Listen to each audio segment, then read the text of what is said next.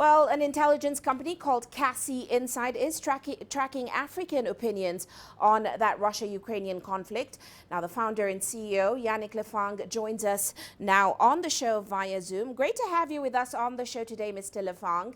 Now, of course, most Africans, they're now feeling the pinch of that Russia-Ukraine conflict in their pockets.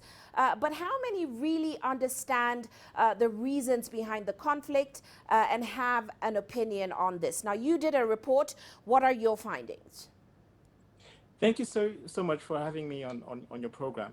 And so we've done a report and survey people in four different countries in Africa to sort of understand, their opinions and their views when it comes to the Ukraine-Russia crisis.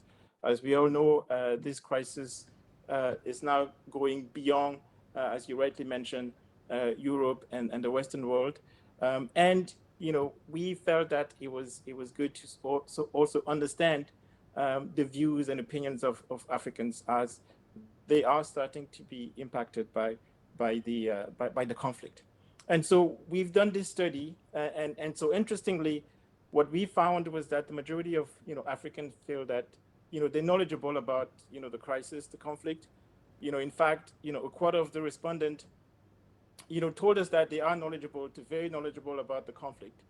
And so while they think they are sort of very much informed, we saw some differences amongst different countries. So for example, respondent in Egypt were more cautious about sort of making the case that they sort of fully understand compared to sort of respondent in Kenya, for example. What we've also found is, again, 4 out of 5 Africans that we survey understand the reasons behind the invasion of Ukraine.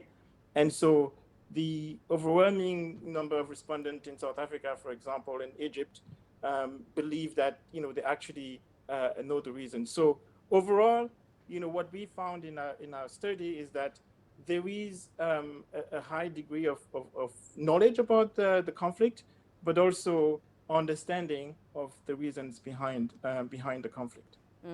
Well, when you refer to understanding, one thing we do know is that the battle between the two nations, it is not only being waged on the ground, but also in the media.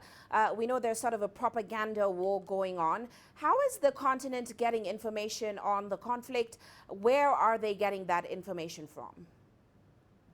That's a very interesting point. And so when we conducted this survey and sort of looked at the way people were gathering information when it comes to the conflict, we found surprisingly that Africans are now relying on a variety of sources of information to really shape their views. And so what we did was sort of asking them, whether they sort of looking at information or gathering or getting information from local news, but also from foreign news. And from foreign news, we actually asked them whether what sort of type of foreign news they were actually getting information from, whether it's sort of Western types foreign news versus like Asia, Chinese, or even Russia type news. And so interestingly, we found that it was a very like a good balance when it comes to how Africans are actually getting information.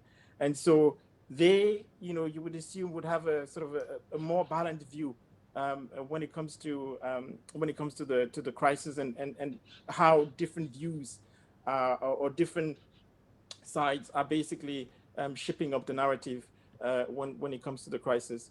And so, for example, respondent in again, South Africa, for example, and Egypt, say they were relying more on sort of traditional sort of local media, while sort of respondent in Nigeria, Kenya, and Ivory Coast were sort of relying more on foreign media. And interestingly, in a country like Ivory Coast, for example, we found that 3 out of 10 respondents were actually turning to sort of Russian media to get news. I think so. This is probably one of the most interesting findings, from this study, is that we can see now that Africans are basically relying on a variety of sources of information to shape their view.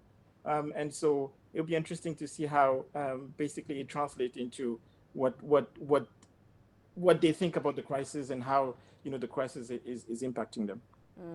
Now, we've already established that the continent has been impacted economically by the crisis. But besides the economic impact, what are some of the most important issues for Africans in this conflict?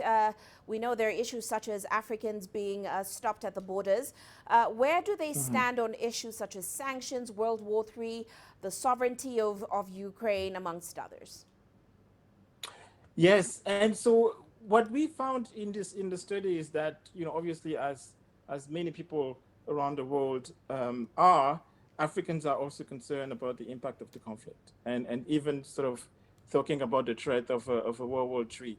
And so when it comes to, for example, sanctions, they believe that, sanctions are sort of warranted, and that, the West, should do more to stop the conflict. And I think when it comes to, for example, voting for, the sanction, they generally would vote for, but not at all cost. I mean, we seen sort of support for the vote, weaker, for example, in a country like South Africa or Egypt, and even like stronger in a country like, Kenya and Nigeria.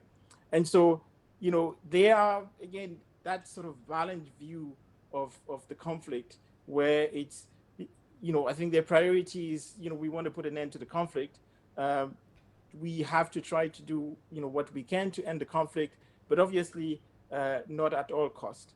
And so, despite, again, the conflict, Africans, when it comes to sort of Russia, for example, still believe that, Russia is an ally. And so despite, their willingness to sort of give sanction, I think there's that understanding that all these different parties are still, or should still be considered allied. They're also very much aware of, the involvement of, for example, Russia, within the continent.